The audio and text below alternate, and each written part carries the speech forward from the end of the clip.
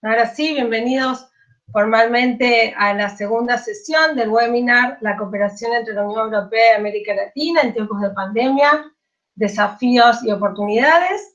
La primera sesión se realizó el lunes pasado y contamos con la presencia de la embajadora de la Unión Europea en Argentina, también con 2 eurodiputados y con una diplomática argentina en la Dirección General de Cooperación Internacional. Hoy la idea es charlar con académicos, con expertos, ¿sí? No tanto con políticos, y esta es un poco la idea de esta segunda sesión.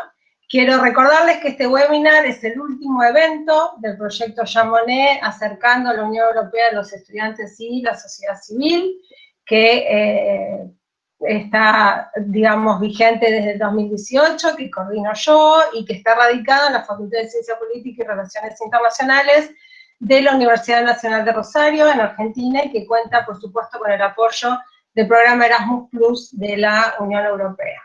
La propuesta de este webinar tiene por objetivo central reflexionar sobre los principales desafíos de la pandemia de COVID-19 para el mundo, para la Unión Europea, para América Latina y el Caribe, y obviamente en forma más específica para la cooperación de la Unión Europea con América Latina y el Caribe. Creo que la crisis del coronavirus ha demostrado la interdependencia entre América Latina y la Unión Europea de manera clarísima. Solamente para dar un ejemplo, los primeros casos en Latinoamérica no provinieron de China, sino de España y de Italia. Creo que está claro que la superación de esta coyuntura depende de una forma fundamental de la cooperación internacional y del multilateralismo efectivo. El día de hoy tenemos un panel de lujo conformado por queridos amigos y queridos colegas. Tendremos el agrado de escuchar a Susana Gratius, de la Universidad Autónoma de Madrid, a Gisela Pereira Doval, de la Universidad Nacional de Rosario, a Andrés Rivarola Puntigliano, de la Universidad de Estocolmo, y a Camilo López Burián, de la Universidad de la República. A todos ellos, bueno, a todos ustedes les agradezco que hayan podido acomodar sus cargadas agendas para participar de esta actividad. Algunos, como ya veníamos comentando, los conozco de hace mucho tiempo, Susana y Andrés. Ya parece, no sé, otra vida, ¿no? Una vida anterior de Irela, de la época, de mi época madrileña. Con Gisela somos colegas y amigas de hace por lo menos, no sé, 14, 15 años, o mejor no contemos. Y con Camilo nos conocemos de forma más reciente, pero también parece como si nos hubiéramos conocido, ¿no? Como si nos conociéramos de toda la vida, un poco la sensación, así que estoy muy feliz de poderlos verlos virtualmente y compartir con ustedes esta actividad. Bueno, vamos a informar a la audiencia al público, que una vez finalizada la exposición de nuestros invitados, abriremos un breve espacio para preguntas, por lo que vamos a agradecerles que canalicen sus inquietudes por el chat de la plataforma, indicando a qué institución pertenecen y a quién dirigen su pregunta o consulta. ¿Sí? Bueno. De esta manera vamos a dar comienzo. En primer lugar vamos a escuchar a Camilo López Burián. Camilo es uruguayo, es doctor y magíster en Ciencia Política por la Universidad de la República, UDELAR, en Montevideo, en Uruguay. Es graduado en Historia, es profesor adjunto en el Instituto de Ciencia Política de la Facultad de Ciencias Sociales de la UDELAR, y es investigador nivel 1 del Sistema Nacional de Investigadores de la Agencia Nacional de Investigación e Innovación de Uruguay. Es docente de grado y posgrado de Relaciones Internacionales y Ciencia Política, profesor y evaluador en los concursos de ingreso y ascenso en la Escuela Diplomática del Ministerio de Relaciones Exteriores de Uruguay, y sus principales áreas y temas de investigación son las relaciones internacionales, análisis de política exterior, políticas exteriores comparadas, y derechas y política internacional. Entre algunas de sus principales publicaciones se encuentran Partidos Políticos, Ideología y Política Exterior en Uruguay, 2010-2014, La nueva extrema derecha neopatriota latinoamericana, el internacionalismo reaccionario y su desafío al orden liberal internacional, con José Antonio Sanahúja, y Liderazgos y regionalismos en las relaciones internacionales latinoamericanas, con Gerardo Caetano y Carlos Luján. Su ponencia se titula Apuntes y preguntas para pensar la crisis del orden internacional entre la historia y la teoría de las relaciones internacionales. Te escuchamos, Camilo. Bueno, muchas gracias. Voy a poner el cronómetro para ser respetuoso del tiempo. Igual tomarme un minutito, primero para agradecerte, Victoria, la invitación. Realmente un gustazo. Participar en una actividad de la Universidad Nacional de Rosario para mí es muy, muy, muy relevante, porque ustedes son una referencia importante en la actualidad y en la trayectoria histórica de la disciplina. Y trabajar con ustedes es un placer. También comparto ese mismo privilegio de estar haciendo algunas cosas académicas con Gisela. Bueno, encontrarme con Andrés, para sumar esta sobrerepresentación de uruguayos en una mesa, en términos poblacionales, y un placer compartir con la profesora Gratius este espacio. Bueno, yo me voy a ceñir a la propuesta inicial que me habían tirado, que es la idea esta de hacer una pequeña mirada global a la coyuntura. Primera cosa que voy a señalarles es, esto no es fruto de un proceso de investigación cerrado, donde hay proceso de recolección, procesamiento y análisis de datos, sino es una reacción a varias preguntas y a muchas dudas, y en realidad tiene ese valor. Por eso los insumos para acercarse, por un lado, es una reflexión donde se traen algunas cuestiones históricas y donde, por otro lado, se hacen algunas cuestiones más desde el punto de vista teórico. Y para eso me pensé en 6 puntos. El primer punto es la perspectiva, el segundo punto se llama algo así como una reflexión teórica. La segunda es la idea de la pandemia como catalizador, ¿qué nos puede decir la historia? Luego de eso viene una parte que se llama algo así como el orden internacional, una mirada parcial, 3 componentes desiguales y muchas dudas, donde vamos a hablar del viejo occidente, el nuevo occidente y el extremo occidente. Y a cerrar una miradita por la cerradura de la historia para pensar para adelante algunas cosas. Esa es la estructura. Entonces voy a arrancar por el principio, que es esta idea de la perspectiva. Y primero contarles una cosa. Cuando arrancó todo esto, yo me estaba por ir a España. Y pensaba irme un semestre a estudiar y a investigar, y terminé dando muchas horas de clase, escribiendo lo que estaba comprometido a escribir y entrar en la locura de estos meses. Y realmente cuando todo esto empezó, siempre con esta perspectiva histórica que me persigue por la deformación inicial, me hacía pensar de que esto que estaba pasando iba a ser un párrafo en un libro de historia, ¿no? Me imaginaba en un libro de historia, cuando esto pasara, en largo plazo, una especie de párrafo que dijera, bueno, en finales del siglo XX y principios del siglo XXI, hubo un ciclo de enfermedades originadas en Asia que se expandieron por distintos lugares del globo. Imaginaba un parrafito donde este asunto estaba prendido.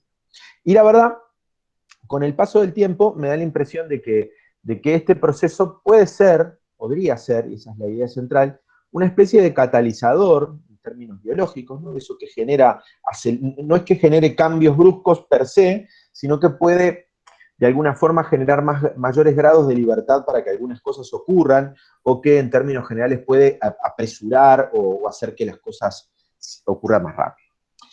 Y esa es como la idea central en la introducción que les quería traer. Y la otra es desde qué punto de vista está visto este cruzamiento entre lo político, entre la mirada internacional y el asunto de la pandemia. Una epidemia es siempre una visita de una enfermedad a un demos, y por lo tanto es un acontecimiento político que genera la importancia de decisiones. O sea, desde esa óptica está mirado el asunto.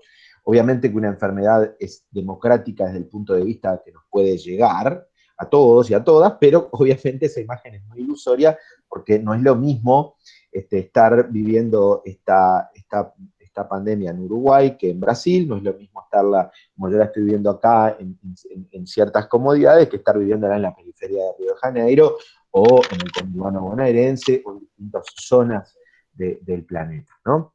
Yo voy a hacer algunas referencias a las pestes del siglo XIV, que pasaron por allá por 1338 en adelante, y cuando uno lee, uno puede leer un precioso libro de Boccaccio, el de Camerón, de 1351, 53 más o menos, fue escrito por esa época, tiene una versión cinematográfica hecha por Pier Paolo Pasolini también, que nos muestra mucho eso, ¿no? Las desigualdades, ¿no? O sea, estos hechos, una enfermedad es muy democrática, pero no es democrática dónde nos agarra, cómo nos agarra y la capacidad que tenemos de estar pasándola por ello, ¿no? Michel Bovell, un historiador francés, tiene un maravilloso libro sobre la Revolución Francesa que cuenta cómo las poblaciones pueden sufrir algo, vivir bajo algo o prácticamente ignorarlo en función de cómo están parados. Ese es un libro sobre la Revolución Francesa que tiene. Bueno, y la pandemia pasa así en función de donde uno está. Entonces, lejos de romantizar este periodo o de verlo, me parece que hay que verlo como esto desnuda las relaciones entre política y medicina, desnuda las relaciones asimétricas de poder a nivel global y de alguna forma genera mayores tensiones de desigualdades desde interseccionalidades de clase, etnia, género, ¿no? Que me parece que son centrales. O sea, desde esa perspectiva, el primer punto, bueno, ¿cuál es la mirada teórica? Primero, no me voy a meter en casos más analíticos porque sé que vamos a ir como entrando en distintas dimensiones en la discusión. Por eso me voy a quedar en algunas macro discusiones o en algunos asuntos más de discusión teórico-histórica.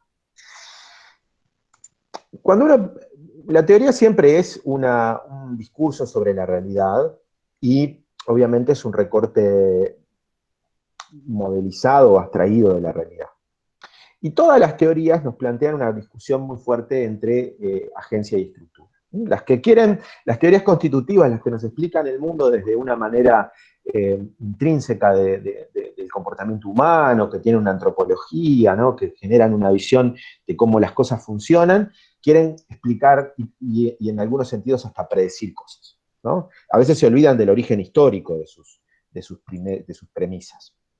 Estoy pensando en la trampa de Tucídides, de los realistas, que viene de un libro de historia de las guerras del Peloponeso, que luego se abstrae con un mecanismo y se exporta.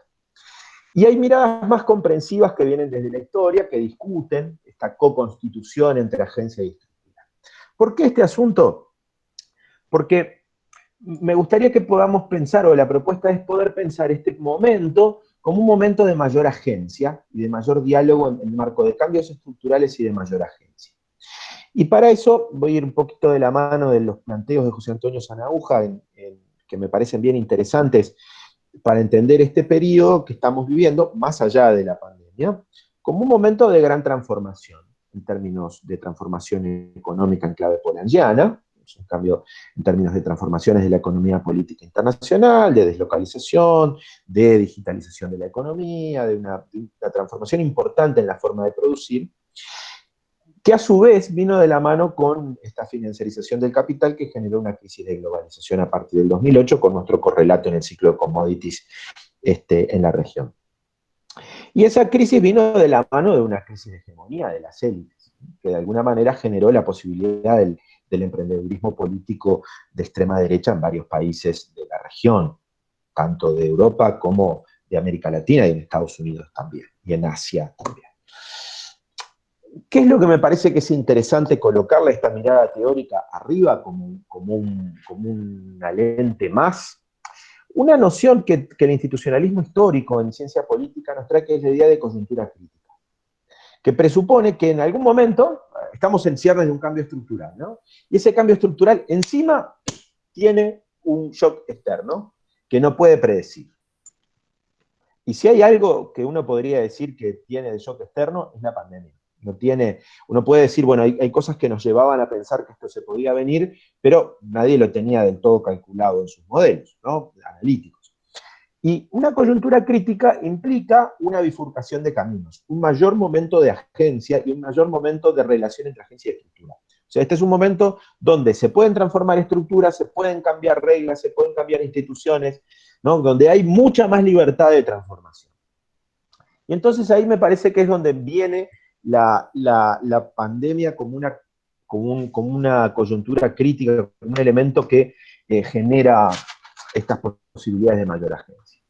Cuando uno observa en clave histórica, y se va a mirar el siglo XIV, encuentra que estas crisis vinculadas a pestes tienen que ver con la expansión del capital y con la transformación del capital. O sea, las ratas que llegan con la peste bubónica desde Asia llegan por las rutas del capitalismo, de la acumulación primitiva de capital que va a llevar al desarrollo capitalista posterior en Europa, y igual que hoy sigue las rutas del capital. Una de las cosas por las que Uruguay se ha mantenido un poco a salvo, creo yo, tiene que ver porque pasa poca cosa por acá, ¿no? Hay que desviarse del camino para pasar, y nuestra conexión con el mundo es bastante menor. Al igual que en esa época, esto profundiza y visibiliza desigualdades, y obviamente va a poner en nuestro tiempo en cuestión el modelo globalizado. En términos de la economía, como veíamos, en términos también sociales, porque muestra los problemas de cómo se gobierna la economía, cómo se insertan los países en la economía global, cómo en términos sociales esta crisis que veníamos arrastrando, profundizada con esto, genera mayores niveles de crisis social y de desintegración social, y tiene profundos impactos culturales. Si ustedes miran la crisis del siglo XIV, la crisis del siglo XIV, por Europa se salía a cazar judíos, porque se los pensaba parte del problema y del vehículo de la peste, y que generaban los problemas vinculados a sus actividades económicas. Y de alguna forma el otro, el diferente, el distinto, era parte del problema, como puede verse en el marco de la crisis de globalización que uno ve en general, pero puede ver en Europa con elementos xenófobos, que puede ver en América Latina también con una visión no solamente del migrante interno, sino también del diferente, del otro. E implica también que cuando atravesamos un momento crítico, son las élites las que son cuestionadas sobre su capacidad de gestión política, tanto a nivel nacional como a nivel global.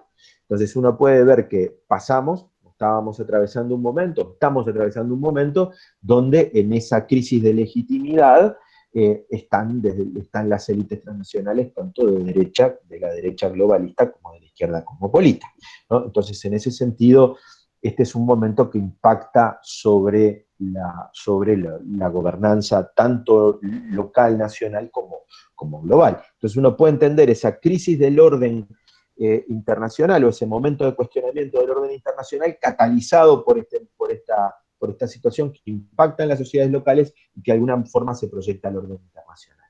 Entonces uno podría decir, la crisis de globalización de 2008 tiene un impacto fuerte con este evento externo, que es una coyuntura crítica que genera mayor grado de libertad, que puede catalizar algunas dinámicas, pero que a su vez genera tantos grados de libertad que depende de cómo se resuelvan, marcarán el destino, ¿no? O sea, como no estamos mirando esto desde una teoría constitutiva y reflexionándolo históricamente, no sabemos a dónde vamos. No podemos predecir a dónde vamos. Pero seguramente como esto se resuelva, nos ayude a entender cómo va a quedar configurada la trayectoria de un tiempo posterior. Y hay muchos cambios que están a nivel doméstico y que están en las personas, que son transformaciones silenciosas y lentas. Una de ellas son las de las mentalidades. Seguramente nuestro mundo no sea igual en la misma manera de entender la enfermedad y la muerte, en la discusión sobre el valor de la salud, la visión de la salud como un bien público global, la discusión sobre los organismos internacionales y la gobernanza de la salud pública, la geopolítica del conocimiento y de las vacunas, la forma en que se relaciona en términos de norte-sur, dónde se prueban las cosas, cómo se establecen estas estrategias, y fuertemente nuestra tolerancia sobre la desigualdad, sea esta desigualdad nacional o global, y sobre todo poniendo muy en cuestión cuál es el orden institucional que sustenta estas cosas. Decía Pierre Vilar, y decía muy bien un historiador francés que se quedó por España lo de la guerra civil, que las crisis no son menos agudas en las conciencias que en los hechos. Así que seguramente esto nos plantea. En mis últimos 4 minutos y medio, 5 minutos, unos apuntes de una mirada parcial de 3 componentes desiguales sobre el orden internacional. El viejo Occidente, ¿cómo salimos de esto? Bueno, las piezas parecen estar bastante desacomodadas. El viejo Occidente, la vieja Europa, impactada por la pandemia, con derechas presionando en los distintos países, tienen problemas de coordinación y acción colectiva y encima vienen del impacto del Brexit. Había antes de la pandemia dinamizado el acuerdo Mercosur-Unión Europea como una muestra de impulsar el multilateralismo y de alguna forma contestar la acción estadounidense, pero esto pinta bastante mal. No me voy a meter en este asunto porque sé que hay otras y otros se van a poner en este asunto. El nuevo Occidente, Estados Unidos, que ahora parece estar en la idea de Make America Lead Again, ¿no? De hacer que América lidere nuevamente esto, Estados Unidos lidere de vuelta, tiene problemas de capacidades, ¿no? De unir una sociedad, de capacidades hacia afuera y de establecer un diálogo con Europa para volver a reconstruir la alianza transatlántica. Una discusión bien interesante fue una farsa sobre esto. El extremo occidente, nosotros, América Latina, un problema de liderazgos interesantísimo, un Brasil sumamente retraído, sobre el que sé que Gisela va a profundizar, así que no me voy a extender, pero donde estaría bueno saber si agonizan los nuevos patriotas bolsonaristas o la crisis de hegemonía se profundiza. Y la salida es aún peor. Una Argentina que tiene en su mano la carta china, de alguna forma. Esto lo dejo en manos de Gisela, que lo va a profundizar mucho más que yo. Un México que piensa solo en sí mismo, que no mira a la región, y por lo tanto, espero que los realistas que han hecho análisis sobre la región no tengan razón y que no solamente seamos tan intrascendentes que ni siquiera estemos en el plato de la cena para ser condenados a la irrelevancia. Y para cerrar en estos 2 minutitos, una serie de 4 reflexiones mirando desde el ojo de la historia. Creo sí que este es un momento que este shock externo es un proceso catalizador, que va a acelerar cosas, que es difícil plantear hacia dónde van. ¿Por qué? Porque es un momento de agencia y por lo tanto hay capacidad de transformación estructural y de co-constitución entre agencia y estructura, por lo menos eso nos dirían las teorías. Que los rumbos posibles son bifurcados, chocolate por la noticia, diría el gran filósofo José Mujica, pero es difícil saber hacia dónde vamos y creo que hacer recetas es algo que es poco serio y más que nada lo que estamos condenados a la incertidumbre sobre eso. Pero si las tendencias en otros espacios regionales nos ayudan a pensar qué pasa, la re-regionalización como una forma de reconfiguración de la globalización es una clave para pensar. Y tal vez estemos nuevamente en el comienzo o en la oportunidad de construir un nuevo tiempo de regiones y por lo tanto de relaciones interregionales.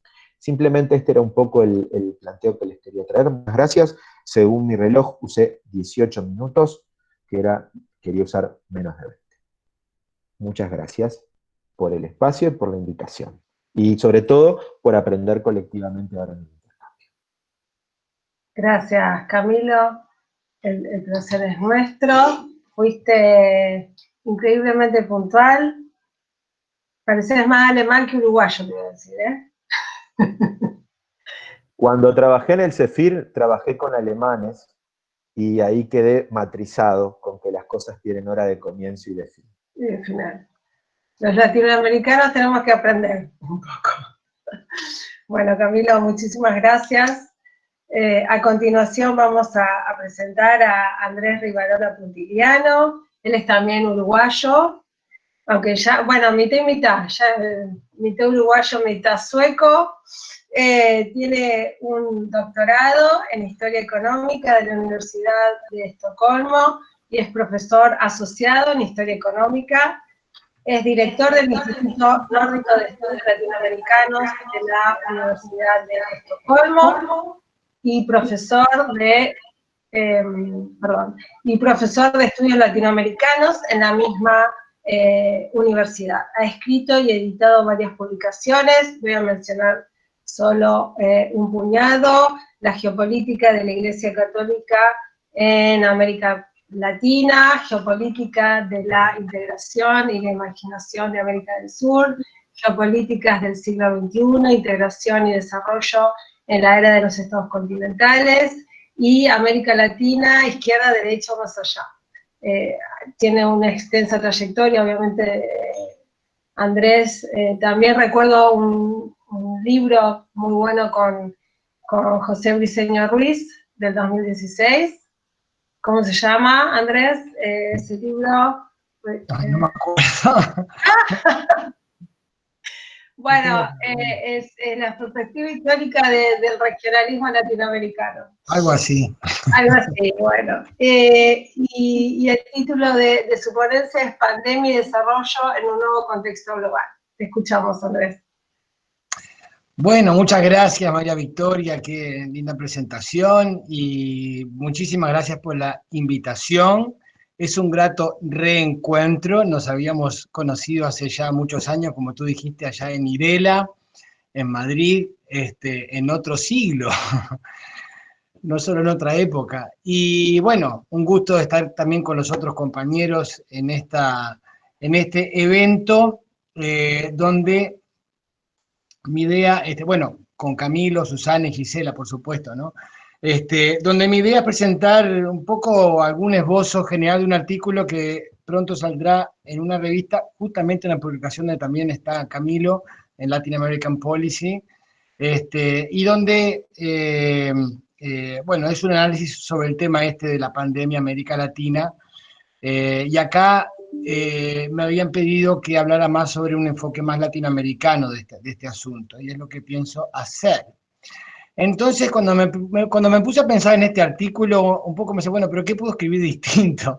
Ya hay tanto escrito sobre esta pandemia, y me puse a reflexionar ahí un poco para atrás, y vi que se había escrito bastante poco, al menos yo no había visto mucho, sobre el tema de la gripe española y los efectos de la pandemia anterior que afectó a América Latina. Bueno, por cierto, América Latina, desde antes de ser América Latina, casi que nació al mundo global con pandemias. Como ustedes bien saben, uno de los principales efectos de la colonia fue justamente la enorme mortalidad por las pandemias que trajeron los europeos. Desde ese entonces ha habido repetidas pandemias. Esto de la pandemia no es nada nuevo, y como bien decía Camilo, por las rutas comerciales se van expandiendo y se han hecho globales. Ahora, la de la gripe española es de las más cercanas, una que me interesa porque dejó secuelas muy importantes, y cuanto más me puse a leer sobre esto, realmente más me interesó. Y una de las cosas que me llamó la atención es lo poco que tenemos escrito en nuestros libros de historia sobre las consecuencias de esta gripe. Se menciona, pero no hay muchas más correlaciones. Y ahora que estamos viviendo una pandemia, y sobre todo vemos el miedo que surge con esta pandemia, ¿no? El miedo de la inseguridad, el miedo por las muertes, el miedo a lo que va a pasar, a cómo esto se va, a los efectos que va a tener. Vemos las repercusiones que eso tiene. Y por supuesto que la gripe española debe haber tenido las mismas repercusiones, miedos y consecuencias en las sociedades de aquel momento. Fíjense en algunas cosas que a mí me llamaban la atención, ¿no? O sea, la gripe española es entre el 18 y el 20.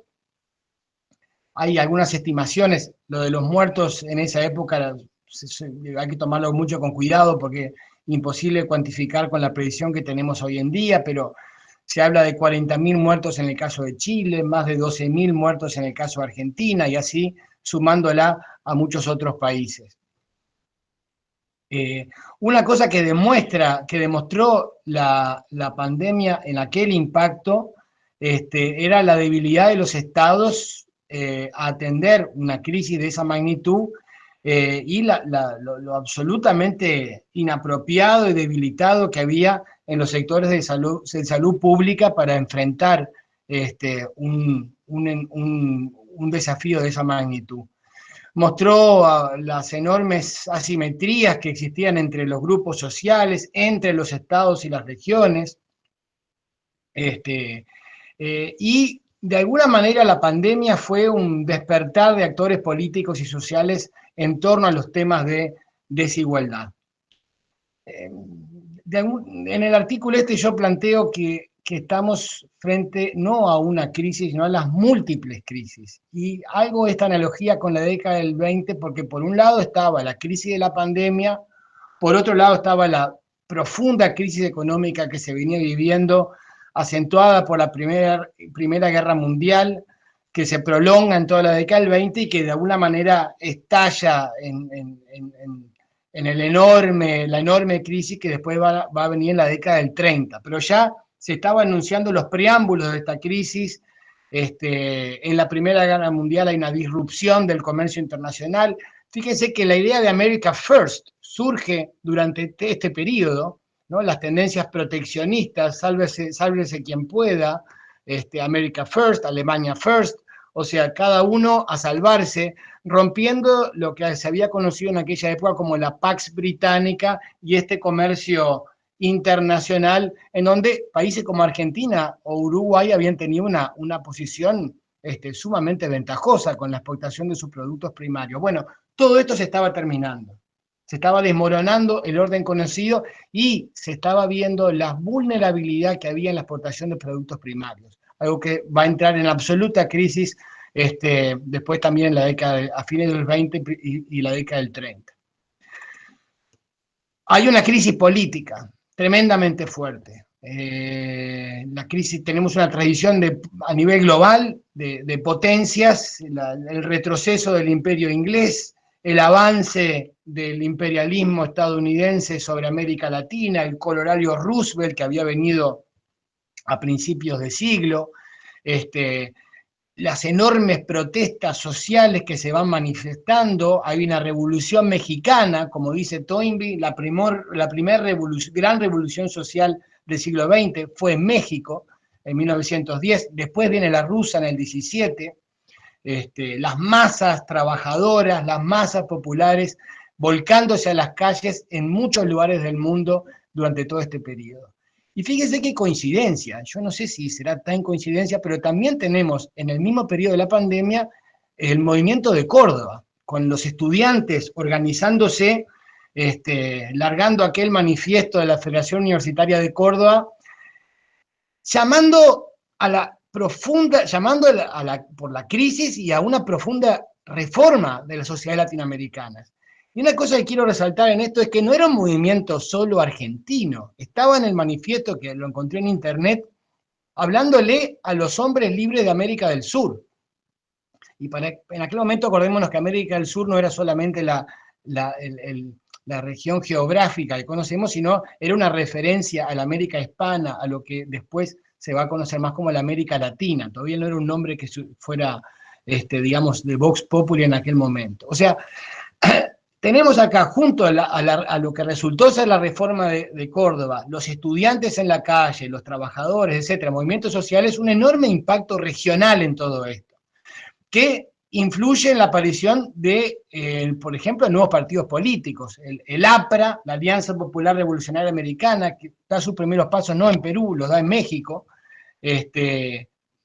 justamente para hablar del carácter regional que tiene esto, y el alineamiento de intelectuales a causas sociales y regionales. Bueno, del APRA es justamente Aya de la Torre, de Perú, en caso de Venezuela, Rómulo Betancourt, bueno, en Argentina estaba Manuel Ugarte, José Vasconcelos en México, Gabriela Mistral, que viaja a México porque José Vasconcelos era como una especie de líder regional de esto.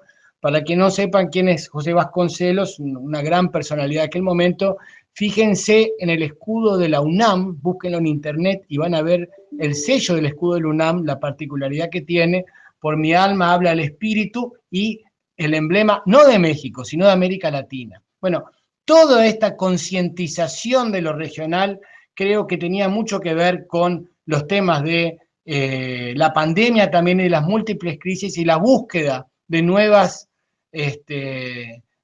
caminos por los cuales encontrar soluciones a la profunda crisis que se estaba viviendo. Yo diría que todo este movimiento era un movimiento en realidad muy democratizador, inclusivo y integracionista.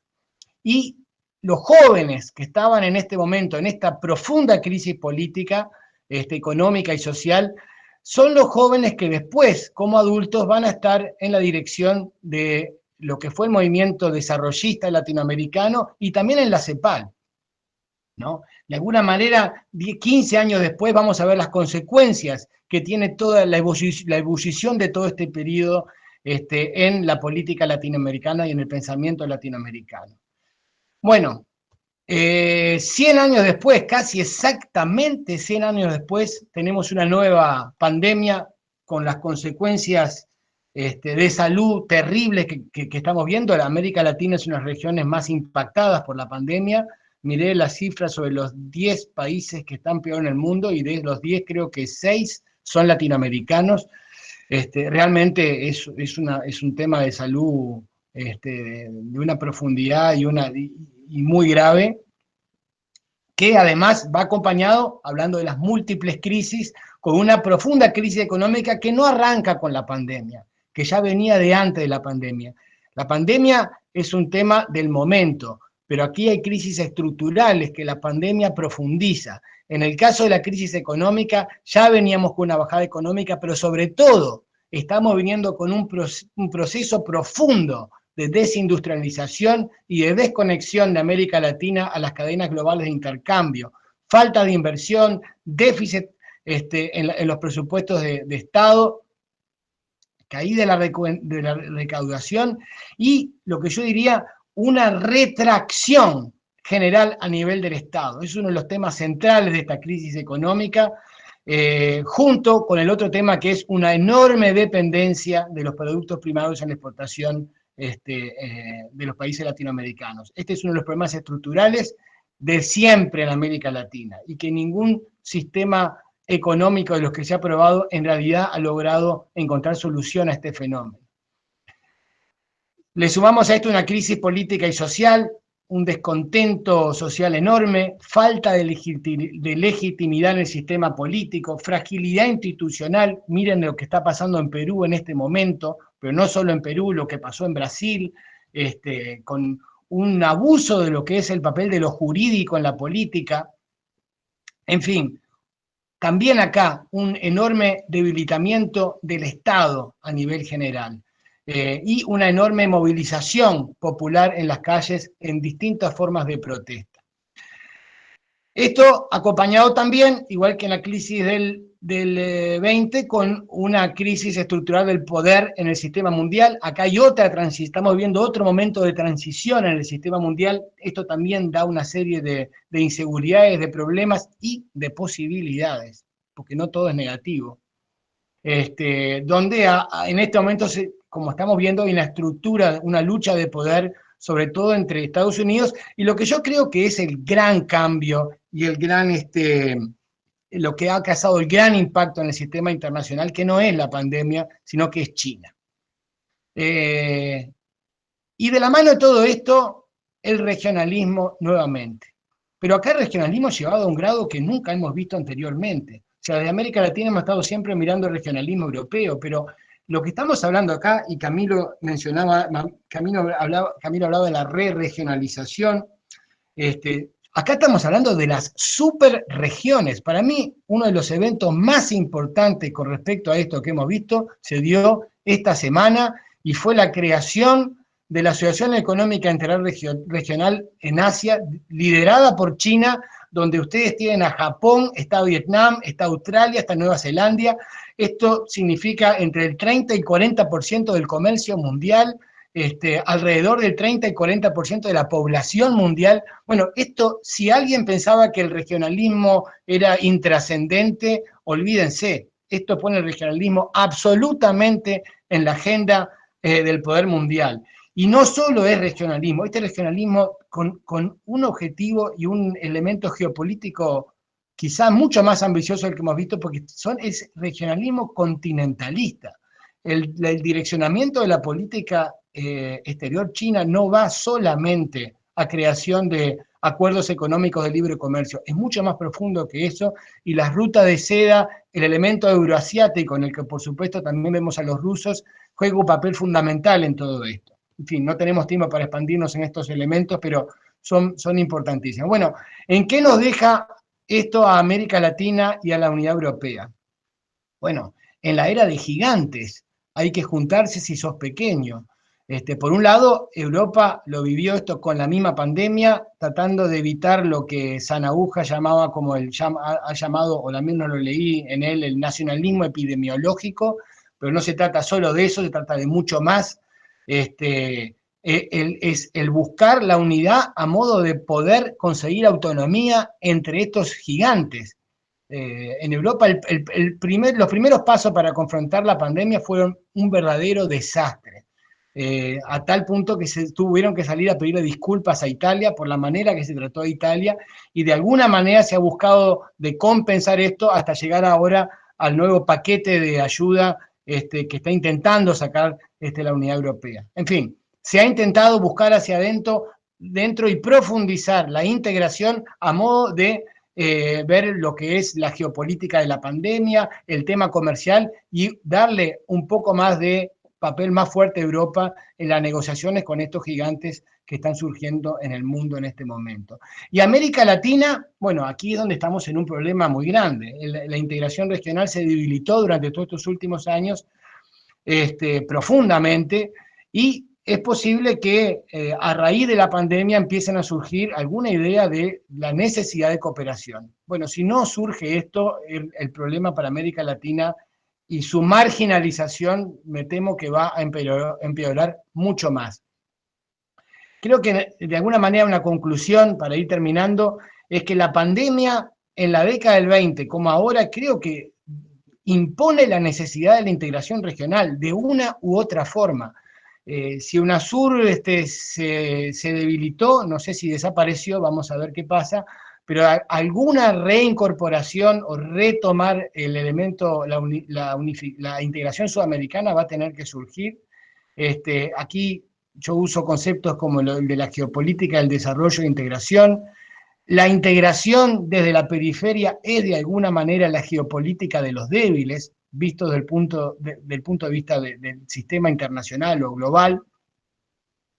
Y quizá un elemento central en torno a todo esto es, de alguna manera, la necesidad imperiosa de un retorno del Estado para enfrentar la pandemia, para enfrentar en conjunto los desafíos en las negociaciones con los gigantes mundiales, y de alguna manera el aunar recursos para, en este caso, por ejemplo, con la Unión Europea, buscar formas de interregionalismo que creen lazos entre regiones del mundo a modo de alguna manera consolidar su voz y su autonomía en el sistema mundial.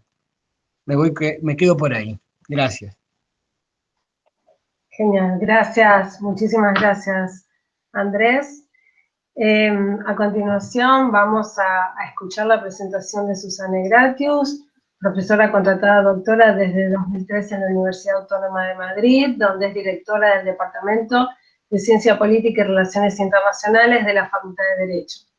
Es investigadora senior asociada de CIDOB en Barcelona, y fue entre 2011 y 2013 profesora asociada en el Departamento de Relaciones Internacionales de la Universidad Complutense de Madrid e investigadora senior de la Fundación para las Relaciones Internacionales y el Diálogo Exterior, FRIDE, también en Madrid.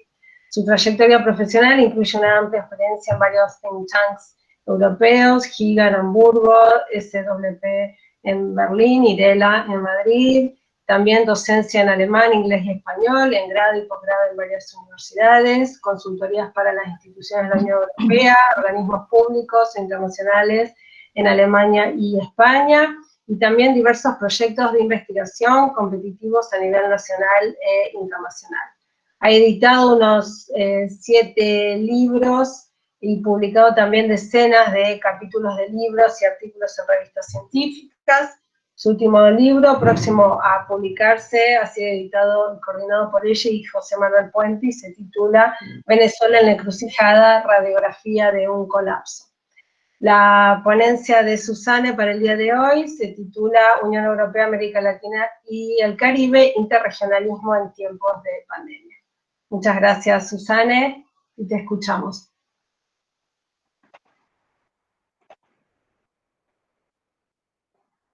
Muchas gracias, María Victoria, muchas gracias, y es un placer estar con tantos colegas.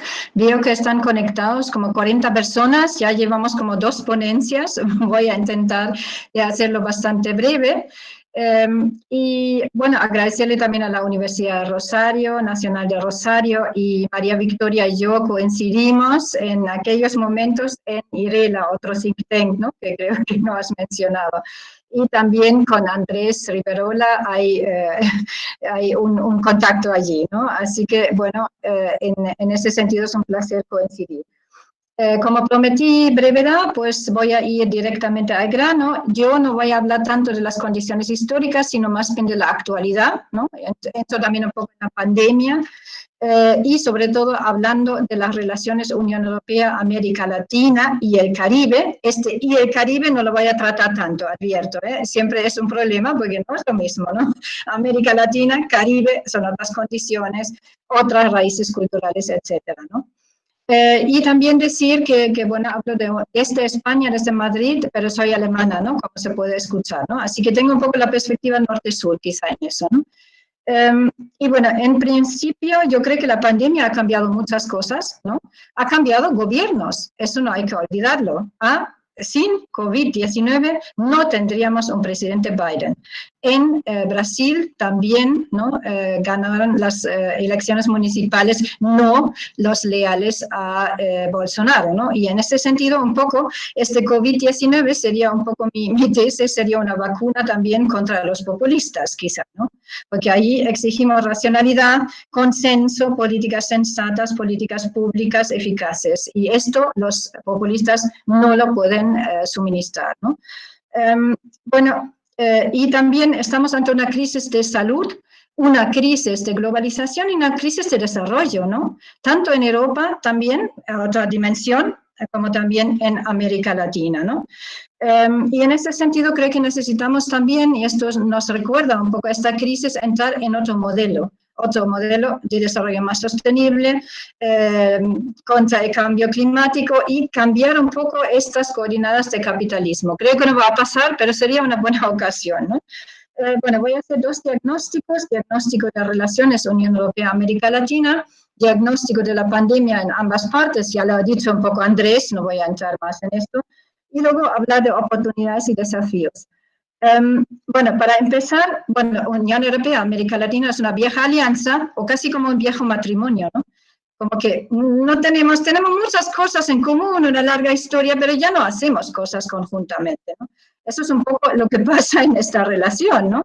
Que me alegro que lo está rescatando María Victoria y el programa de la Universidad Nacional de Rosario, pero alguien me dijo, te tienes que cambiar de tema, esto ya no se lleva más. Por eso escribí ese libro sobre Venezuela, para cambiar un poco el enfoque, ¿no?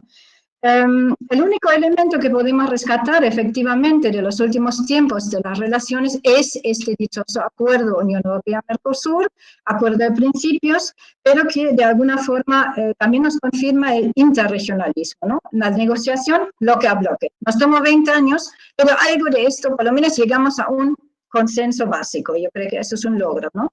Si se va a ver ese acuerdo o no, no entro en esto, ¿no? Luego, otra característica de las relaciones es que ofrecemos otro modelo, ¿no? En teoría. Es un modelo muy asimétrico, muy determinado por la Unión Europea y su exportación del regionalismo, pero también es un poco de ver el mundo de otra forma, ¿no? Potencias blandas, potencias civiles o poder civil, no es poder militar, y este modelo interregional no se basa en el Estado-nación, ¿no? Antes ha dicho Andrés, el Estado. Yo creo que quizá no es el Estado que queremos fortalecer, ¿no? No queremos competir en Cuba o algo así, ¿no? Sino lo público, ¿no? Rescatar lo público, esta economía social de mercado, ¿no? Que sería ese modelo alemán. Y bueno, partimos un poco de una visión más idealista, constructivista, de crear no estados-nación, sino regiones, ¿no? Que siempre es un proceso políticamente construido, ¿no?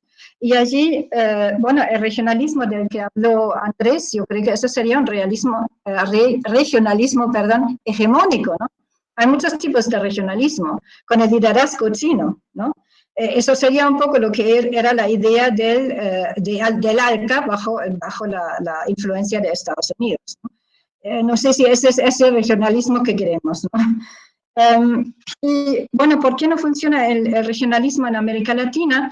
No ha funcionado como estrategia defensiva ante Estados Unidos, defensiva tipo ALBA o defensiva tipo Mercosur, y tampoco ha funcionado como modelo de inserción en este capitalismo global, ¿no? Yo creo que allí el Mercosur también en ese sentido es un fracaso, ¿no? Yo estoy hablando un poco de blanco y negro, ¿no? Y también si pensamos en Europa, y bueno, por esta agenda de los presidentes, ¿no? Que tanto habla Andrés Malamud del regionalismo presidencialista, ¿no? Cambia el presidente, ya no estás en esto o en el otro grupo donde estabas antes, ¿no?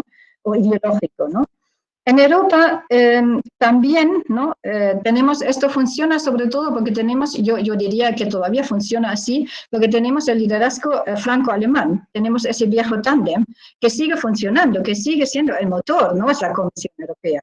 La Comisión Europea, ¿no? También, tampoco es una Europa alemana, es esta, ¿no? Hay otros estados, no quiero negar eso, pero el impulso lo da todavía el eje franco-alemán, ¿no?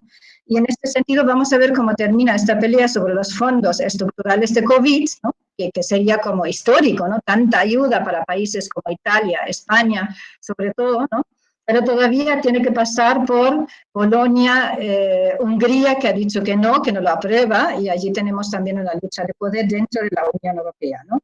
Y tenemos un bajo nivel de regionalismo en América Latina y tenemos un alto nivel de regionalismo en la Unión Europea. Por eso el interregionalismo es sumamente asimétrico, ¿no? Es un modelo en constante crisis, no funciona porque nuestros condicionantes son distintos. América Latina jamás va a adoptar un modelo de entrega a soberanía nacional. Precisamente quiere rescatar, preservar la soberanía nacional frente a Estados Unidos, frente a China. Es una estructura mucho más defensiva, ¿no? que la Unión Europea. Y esto también es un poco la debilidad de este interregionalismo, ¿no? que queda también un poco en papel mojado, a no ser que realmente vamos a tener este acuerdo Unión Europea-Mercosur, que en ese sentido es muy importante, como símbolo, ¿no? también de rescatar esto, no solamente como acuerdo comercial.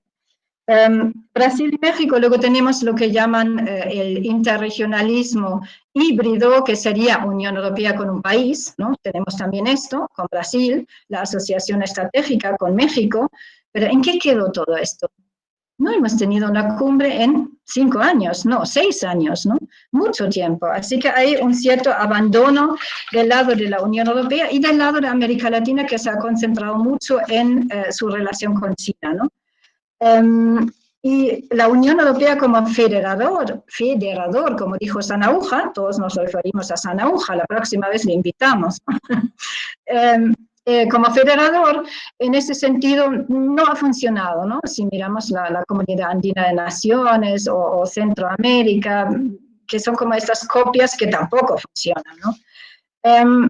Los 3 ejes de cooperación, si hacemos un diagnóstico de esto, hay en el diálogo político muy bajo nivel, va a haber una conferencia ministerial en diciembre en Berlín bajo la presidencia alemana, pero Alemania francamente no es una prioridad, ¿no? Y ya sé que las presidencias nacionales ya no cuentan mucho, pero bueno, si hubiese sido España quizá habría sido un poco distinto, ¿no? Allí algo sí que influye, ¿no? En ese sentido, quizá podríamos ver una ventana de oportunidad que sería este alto representante Josep Borrell, ¿no? Porque él sí ha elevado un poquito a América Latina, bueno, sobre todo Venezuela, pero también otras partes, otros países en esta agenda de la Unión Europea. No lo suficiente, pero algo, ¿no? Pero no tenemos una cumbre, y si no hay cumbres, las cumbres son inútiles, claro, pero son símbolos importantes de que algo funciona, que algo continúa, ¿no? Y el interés mutuo, ¿no? En la cooperación al desarrollo hay un declive, ¿no? Ahora también con la pandemia eso no va a cambiar nada, porque tenemos en el presupuesto de la Unión Europea hay una menor aportación de cooperación al desarrollo a América Latina, porque son países de renta media, muchas de ellas, ¿no? Y en ese sentido tampoco la Unión Europea va a aumentar su presencia en la región. Y en lo comercial sabemos que China ha sustituido a la Unión Europea, ¿no? En prácticamente todos los países latinoamericanos, Y en ese sentido, hay más bien una competencia entre la Unión Europea y China, no tanto Estados Unidos, ¿no? Que es nueva, ¿no? Hay entonces, como dijo Borrell, una relación en declive, eso no lo dijo, eso lo digo yo, pero con mucho potencial, dijo. Pero ese potencial queda allí, ¿no? No lo explotamos lo suficientemente, ¿no? Tenemos evidentemente 3 ventajas, no sé cuántos minutos me quedan. Tenemos las preferencias del multilateralismo. Como somos más chiquitos, como dijo alguien, queremos ser multilaterales, fortalecer las instituciones internacionales y la gobernanza global en general. No estoy hablando de Bolsonaro, hay excepciones, ¿no? Lo segundo, somos un poco el queso y el jamón, no sé quién es qué, en el sándwich China-Estados Unidos, ¿no? Estamos ahí en medio. Entonces, nuestra relación, tanto Unión Europea como América Latina, es con los dos. Y claro, allí pocas veces las regiones más pequeñas, los actores más pequeños se unen, ¿no? Eso es lógico y racional, pero pocas veces pasa eso en política, ¿no? Y otro modelo económico y político, allí quizá podríamos tener un cierto liderazgo en lo que es cambio climático, medio ambiente, objetivos de desarrollo, Agenda 2030 me refiero, ¿no? Allí podríamos tener un cierto papel en empujar esta nueva gobernanza, ¿no? Pero necesitamos más socios, o China o Estados Unidos o los dos, ¿no? Y bueno, nuestra ventaja es el regionalismo y el poder blando, las ideas, las normas, ¿no? Crear ahí algo nuevo, ¿no? A nivel internacional. Y bueno, esto sería un poco mi diagnóstico de la relación. Hay mucho potencial, pero no lo explotamos. Y ahora, ¿qué cambia con la pandemia? Yo creo que, bueno, somos las regiones más afectadas por la pandemia, ¿no? Si incluimos a Estados Unidos, más, ¿verdad? El Fondo Monetario Internacional habla de una nueva década perdida. Y si miramos las cifras, yo creo que en España el Producto Interior Bruto va a caer un 12,5%, siendo optimista, una recesión muy fuerte en toda Europa, en toda América Latina. No cuenten con fondos de la Unión Europea, yo creo que no es realista esperar eso. No les va a decir eso un representante de la Comisión Europea, ¿no? Pero no me parece realista. Y bueno, somos los más afectados si miramos las cifras, ¿no? América Latina, 8% de la población mundial y 300, ¿cuántos murieron? 272.000 personas. En Europa también unas 300.000 personas. Es tremendo, ¿eh? Es la verdad que nos afectó muchísimo esta crisis en lo humano, en pérdidas de vidas, en crisis de nuestros sistemas sanitarios, en gobernanza, y en lo económico, va a ser, el efecto va a ser, por lo menos todo el año que viene, yo creo que va a continuar, sobre todo en el sur, ¿no? de la Unión Europea y en el sur, o entre comillas, en América Latina, ¿no? Y un poco las salidas, ¿cuáles serían las salidas de la pandemia? Bueno, más público, ¿no? Reforzar lo público. Quizá no el Estado, sino lo público. Mejores servicios públicos, es lo que reclaman los que fueron antes a la calle, antes de la pandemia en Chile, ¿no? Había muchas protestas. Y yo creo que esto también, ahí compartimos un poco este modelo de un Estado con un relativo bienestar. Yo creo que ningún país latinoamericano, por lo menos la sociedad, no quiere el modelo americano. Quieren también políticas sociales que compensan estas enormes asimetrías, ¿no? Ahora estamos hablando, por suerte, esa es la ventaja de la pandemia, podemos comunicarnos con Argentina, ¿no? España, Argentina, estamos al mismo tiempo hablando, ¿no? Antes, si tengo que, me acuerdo que mi viaje a Rosario, que tomó mucho tiempo, ¿no? Es mucho más práctico, pero si pensamos, yo tengo un amigo cubano que me dijo, yo no me voy a poder conectar, porque no funciona, no tengo acceso a esto, ¿no? Hay límites también en determinados países y en determinadas sociedades, también pasa en España. Hay estudiantes que tengo que no tienen acceso, o por lo menos no tienen cámara, no tienen, ¿no? Hay estas situaciones incluso en Europa, ¿no? ¿Y cuáles son las oportunidades? Y con esto termino. Así que, bueno, la crisis, tanto en Europa como en América Latina, produce más pobreza, más desigualdad, ¿no? Y en este sentido somos un poco las víctimas también de esto y vamos a tener mucho tiempo en reconstruir nuestras regiones o nuestros países, ¿no? Problemas y soluciones compartidas, la universalidad. Yo creo que eso es importante, tener sistemas de salud universales, ¿no? Como lo tiene Cuba, que ha sido, y Uruguay, ¿no? Que han sido los dos países mejor parados en esta crisis, ¿no? Por otro lado, solución, tener consensos. Quizá el gobierno multinivel no es tan fantástico, ¿no? Si vemos una situación de emergencia y desde España, si veo que cada comunidad autónoma hace lo que le dé la gana más o menos y no hay un consenso nacional en ningún aspecto, también es negativo, ¿no? No quiero decir que la respuesta tiene que ser autoritaria, pero hay que tener un cierto consenso, que es lo que pasó en Portugal, por ejemplo, pero no en España. Por eso en España las cifras son terribles. Tiene que ver también con esto, ¿no? La falta de consenso. Y bueno, fortalecer la solidaridad, ¿no? A nivel regional es importante. Allí sí que dio un ejemplo la Unión Europea. No sabemos cómo termina la historia, pero por lo menos hubo este gesto de aprobar este fondo estructural de 750.000 millones, créditos y también prácticamente donaciones, ¿no? Para reconstruir los países más afectados, que son Italia y España, ¿no?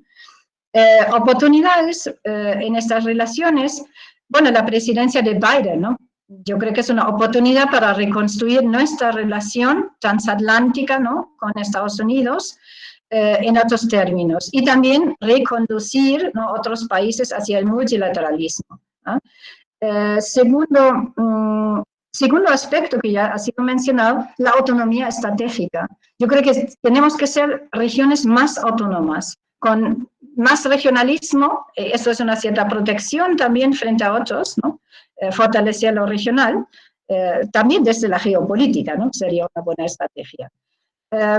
Y para luego también desde lo regional reconstruir lo interregional, ¿no? Porque la CELAC y la Unión Europea, por el conflicto venezolano, entre otros, no hemos tenido una cumbre, no hemos tenido una conversación, un diálogo a alto nivel, ¿no?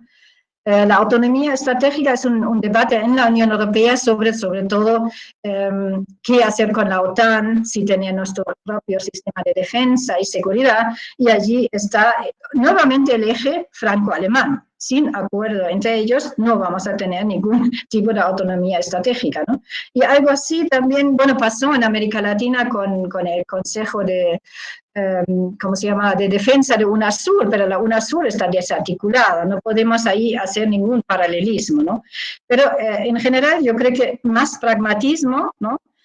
Hacer cosas pequeñas, no esperar grandes, no sé, inversiones en América Latina desde la Unión Europea y fortalecer quizás más el elemento ideacional, lo normativo, la gobernanza global, el multilateralismo y menos lo material, ¿no? Quizá eso sería nuestra ventaja comparativa.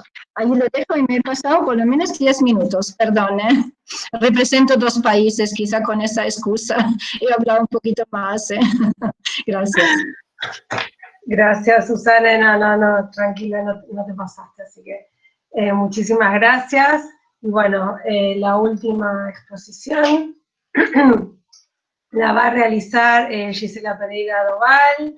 Gisela es doctora en Relaciones Internacionales por la UNR, actualmente es investigadora adjunta del Consejo Nacional de Investigaciones Científicas y Técnicas de Argentina, profesora adjunta de Problemática de las Relaciones Internacionales de la Facultad de Ciencia Política y Relaciones Internacionales de la UNR, investigadora del Centro de Estudios Comparados, también en la UNR, y directora del proyecto de investigación Sudamérica en Movimiento, Reconfiguración de las Agendas, Análisis de los Vínculos Externos y Desafíos en el siglo XXI. Ha dictado cursos de posgrado en la maestría en Relaciones Internacionales de la Universidad Católica de Santa Fe, el doctorado en Relaciones Internacionales de la UNR y en el doctorado en Relaciones Internacionales de la Universidad Nacional de Brasil.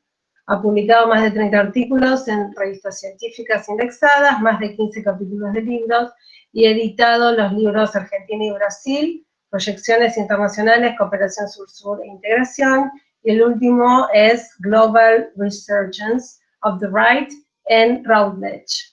El título de su ponencia es Modelos de contención en pugna, estrategias sanitarias de Argentina y Brasil frente a la pandemia. Gise, te escuchamos, gracias. Bueno, muchas gracias al proyecto, a María Victoria por la invitación, aunque viendo el resto de los invitados, de los expositores de lujo, me parece, queda muy claro que Victoria me invitó nomás porque soy su amiga y me quiere mucho. Así que bueno, yo les voy a contar un poco lo que yo estoy viendo sobre los modelos de contención de la pandemia que adoptan dos de los países más representativos de América del Sur, que son Argentina y Brasil. Me gustaría decirles que uno de los dos funciona mejor que el otro. Spoiler alert, no.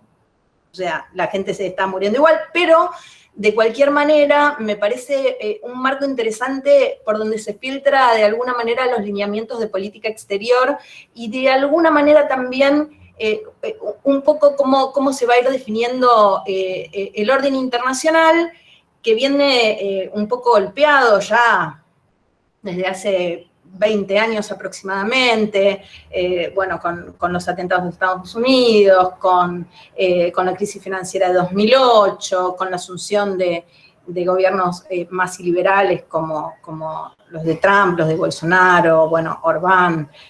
No me quiero detener en esto, pero sí que hay una crisis del orden internacional que genera una especie de choque de concepciones en el cual se empieza a poner en debate el consenso liberal que surge después de la Segunda Guerra Mundial. Y que en este debate se enmarca una antinomia entre dos tipos de perdedores, de alguna manera, que son los autopercibidos perdedores, o los que algunos autores llaman los perdedores de la globalización, que van a empezar a cuestionar el multilateralismo como instrumento que limita su despliegue de poder. Y los perdedores periféricos, que somos, digamos, los perdedores de siempre, que somos desiguales según un criterio de reparto spugiano, digamos, y en este marco también va a entrar en pugna la noción de un multilateralismo visto como disolutorio de poder de algunos estados, con la noción de multilateralismo comprendido como capacidad de autonomización a partir de la negociación de iguales jurídicos. Esto, sumado a la pandemia, también va a abrir una discusión de las bases filosóficas e ideológicas del sistema internacional, pasando un discurso de solidaridad global casi kantiano, podríamos decir, a un escenario donde tanto, digamos, el jovesianismo como un correlato teórico que podríamos llamar realismo sanitario, se muestran en plenitud. Así al aumento exponencial del gasto social que recién nos contaba Susane por parte de la Unión Europea y a la iniciativa continental de Argentina y México, pero sobre todo al COVAX, se le va a poner un énfasis más taxativo en lo interno, en lo que a la pandemia se trata, como lo va a mostrar el America First sanitario por parte de Trump o la estrategia brasileña de Bolsonaro de compra de la cloroquina como un ejemplo que vamos a ver se enmarca en algo superior. Y a partir de esto, en primer lugar, vamos a observar dos modelos de contención muy diferenciados de la pandemia, y en segundo lugar, les voy a contar un poco cómo Argentina y Brasil se enmarcan dentro de la adopción de estos modelos. El primer modelo que vamos a ver muy claramente es un modelo que nosotros llamamos economicista, que en términos generales fomenta un discurso más rupturista con la Organización Mundial de la Salud, a partir de una negación de la gravedad de la situación, y en consecuencia el foco va a estar más puesto en mantener la marcha de la economía, que no declinen los puestos de trabajo, que no decline el comercio, etc. Y esto va a tener su correlato en la cuarentena, que se presenta como una opción solamente para la opción de riesgo, es decir, una cuarentena vertical. De esta manera, observamos una preeminencia de lo económico sobre lo sanitario en las decisiones de salud, y también podemos ver que los países que se han inclinado por este modelo tienden a tener respuestas más nacionalistas ante el tema de la vacuna, lo que inexorablemente nos lleva a negar el multilateralismo como camino para hallar una solución más concertada. Podemos ver que quienes comulgan con este modelo se perciben perdedores de la globalización, lo que genera una postura de rechazo de aquellos que fueron los principales agentes del proceso de globalización, como Estados Unidos, con todo esto que hablábamos antes de la crisis financiera del 2008, como un cuestionamiento del sistema capitalista, como el surgimiento de gobiernos de derecha, como un cuestionamiento del sistema democrático, y como otro de los pilares del orden liberal que también está cuestionado o en crisis, que es el multilateralismo. Ante esto, la salida de Estados Unidos de la Organización Mundial de la Salud, en el peor momento de las pandemias, nos indica o nos recuerda que el capitán que abandona el barco cuando se está hundiendo, huye como rata por tirante y sálvese quien pueda. Y en este sentido, en realidad, esto lo tenemos que ver como algo un poco más general, en donde la situación de debilidad en la cual Trump autopercibe a Estados Unidos sería reversible a partir de una política exterior aislacionista, nacionalista y unilateral. Vamos, el America First, la pandemia y la gestión nacionalista de la vacuna solo viene a profundizar en realidad una percepción de que una política exterior activa y las instituciones multilaterales y su sostenimiento erosionaron de alguna manera el poder internacional de Estados Unidos y por lo tanto hay que revertirlo retirándose de ese orden internacional. Otro pilar del orden liberal que también se está resquebrajando es el libre mercado, los procesos de integración que lo sustentaban, y en este sentido me parece que el Brexit es el caso más notable, que a nuestro entender también expresa la voluntad británica de volver a su posición histórica de espléndido aislamiento, que se conjuga con el aislacionismo norteamericano, y en estos procesos la recuperación de nociones como aislacionismo o aislamiento no son otra cosa que un going inward ante un mundo que se percibe como amenazante, como peligroso, y en el cual los organismos internacionales en realidad dejan de ser escenarios de consenso para convertirse en lastres que opacan el potencial nacional. Por el otro lado, surge un modelo sanitarista en contraposición, que en términos generales fomenta un discurso alineado con la OMS, en donde se reconoce la extrema gravedad de la situación, y en consecuencia el foco está puesto en reducir la cantidad de víctimas. Esto también tiene su correlato en la cuarentena, en donde se va a llevar a un lockdown de todo lo considerado no esencial, y para todas las personas, no solamente para la población de riesgo, es decir, una cuarentena horizontal en lugar de vertical. Y de esta manera vamos a observar una preeminencia de respuestas científicas y de las autoridades sanitarias dentro de los procesos de toma de decisiones. Por último, los países que sostienen o se inclinan por este modelo tienden a tener respuestas solidarias ante el tema de las vacunas, lo que nos lleva a buscar soluciones multilaterales de forma a acelerar y acrecentar la cooperación. Los países que de alguna manera comulgan con este modelo no se consideran perdedores de la globalización, sino que hay una pretensión de mantener el funcionamiento del sistema, pero modificándolo de alguna manera desde adentro. Se los podría llamar inner modifiers. China es el país que mejor representa este modelo, de alguna manera busca llenar el vacío que va a dejar Trump. China se presenta como una ganadora del globalismo, a pesar del virus o quizá como consecuencia del virus. La contención del coronavirus en el seno de la población y la articulación de un discurso pacificador pone a China como la verdadera vencedora de esta contienda invisible.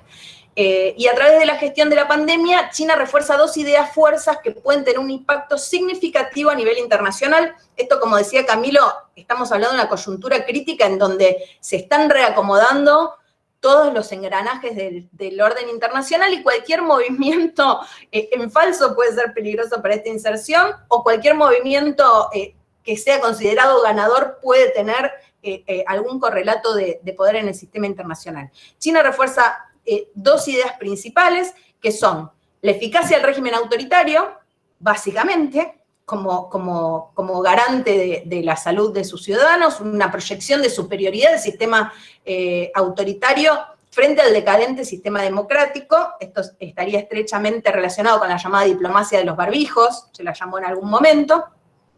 Y así las cosas, China reforzaría su posición mediante un doble juego que por un lado tiende a acelerar su posición geopolítica en la distribución del poder mundial, y por el otro se sustenta en estrategias típicamente liberales para lograrlo, es decir, la cooperación internacional a través de los organismos multilaterales.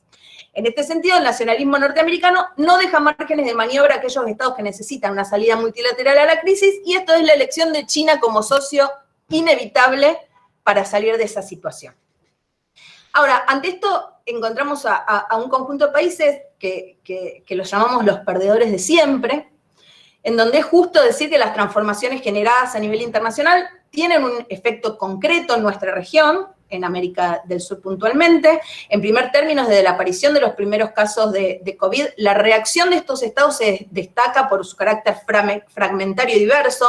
Susana también decía que esto había sucedido en Europa, quizás ante una crisis tan profunda y tan inminente, uno tiende a retraerse y a buscar la primera solución que se le ocurre sin negociar con el resto. Por lo tanto, los intentos de contener los primeros efectos de coronavirus fueron objeto de un áspero debate que incluyó no solamente lo referente a la salud, sino que fue poniendo de manifiesto otros aspectos como cuestiones securitarias e inclusive la posible erosión de las democracias regionales.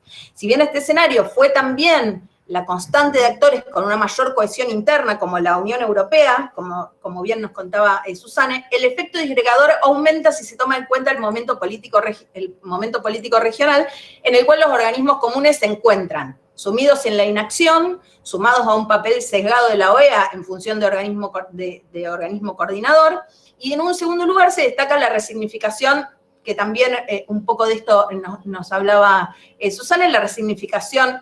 Ella nos pone el papel del rol del Estado, porque la Unión Europea es más una superregión, pero en el caso de América Latina, en donde los regionalismos están realmente tan fragmentados, se resignifica desde aquí el rol del Estado, no solamente a partir de las medidas tomadas que supusieron una presencia inédita del poder estatal sobre la vida social, sino también a la prioridad que asume la discusión del rol del Estado en la salud pública. Es más, algunos autores van a hablar incluso del descubrimiento de un contrato social sanitario entre el Estado y la ciudadanía. Lo central de este argumento es que las políticas de salud van a comenzar a adquirir un perfil muy diferenciado con respecto a otras políticas públicas, constituyéndose en un activo internacional de poder por derecho propio. Y surgiendo, en este caso, una dimensión sanitaria de la política internacional.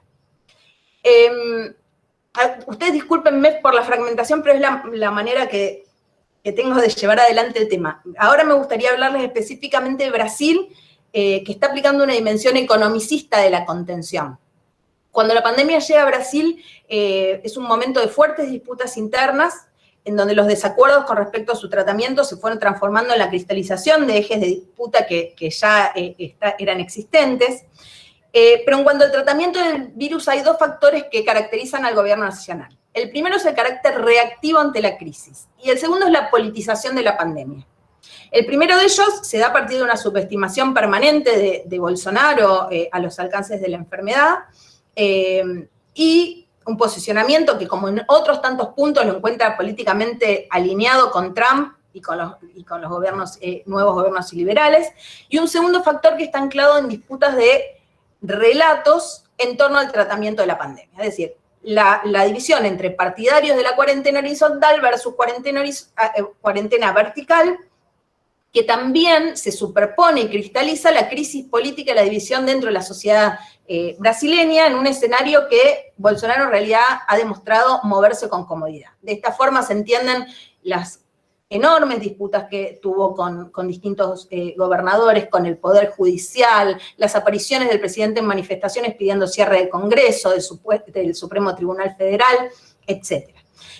A esto se le suma la vinculación externa de Brasil en términos sanitarios, que por supuesto tiene su correlato en las internas políticas del país, y digamos que estas relaciones tienen dos variables, una variable principal y una subsidiaria.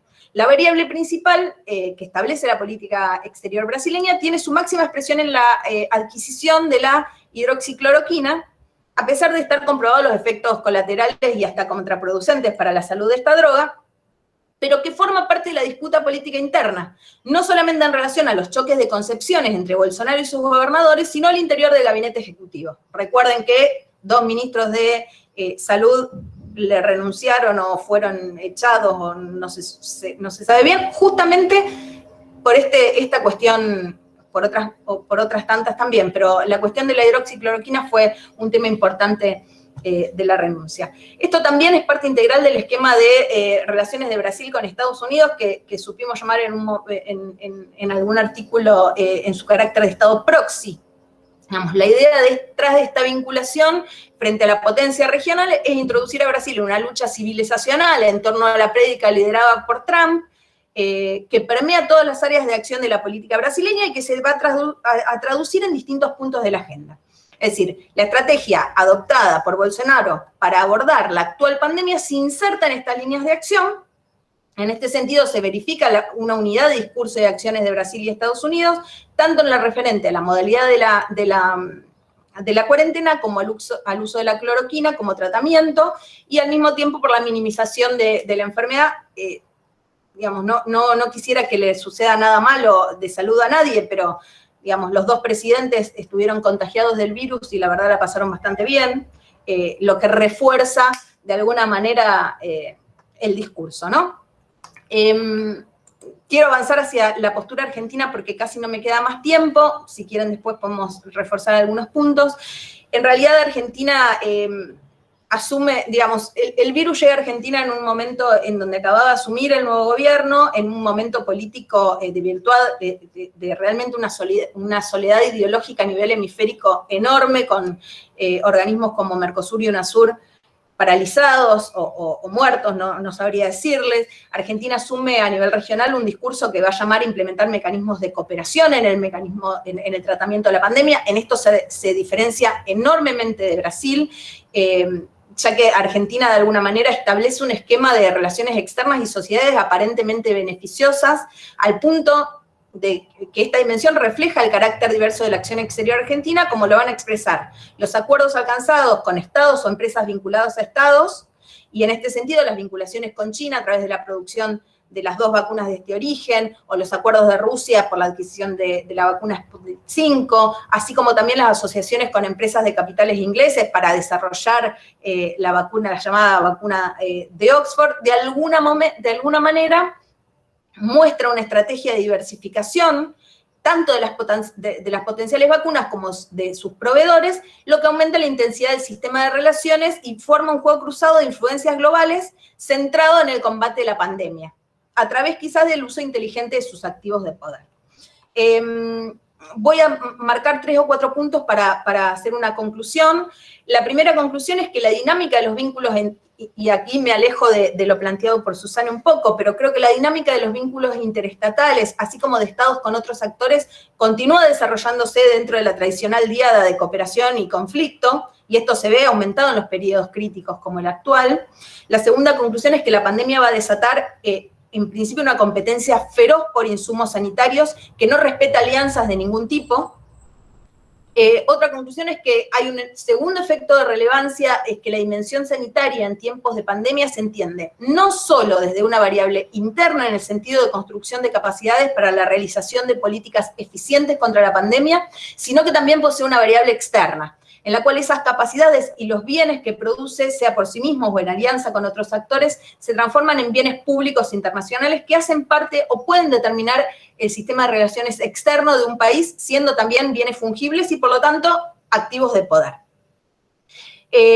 Una última conclusión es que la diada de nacionalismo, solidaridad internacional no se reduce a una opción ética ante un evento catastrófico planetario, sino que constituye una lucha de poder que, al centrarse sobre un punto de ruptura dentro del sistema internacional, de alguna manera enfoca sus esfuerzos en la construcción de recursos para modelar un nuevo sistema que en mayor o menor medida es diferente al orden internacional anterior. Y por esto la cuestión no es solo quién supera la crisis con el menor costo humanitario y económico posible, sino también quién tiene derecho, a base a estas capacidades, para contribuir a modelar los nuevos rasgos.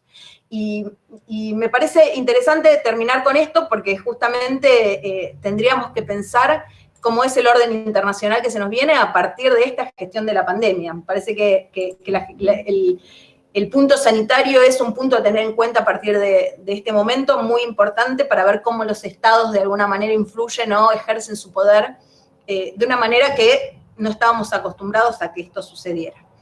Así que bueno, voy a terminar acá para dejar lugar a las preguntas y vuelvo a agradecer la invitación y a todos los que están presentes. Bueno, muchísimas gracias. Llegaste, se ve que me tienen respeto, porque todos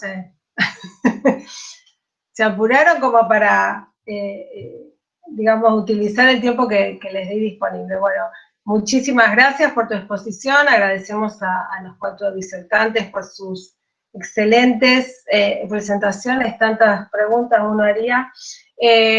Vamos a quedarnos un ratitito, vamos a tomar una o dos preguntas del público como para no agotar a nuestros invitados. A ver si alguno se anima a poner alguna pregunta en el chat. Y si no, aprovecho yo.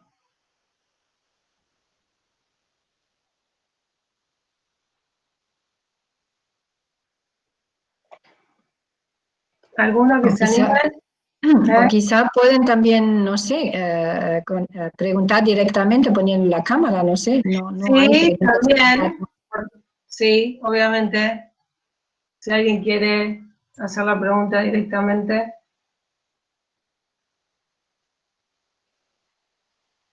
Están todos muy...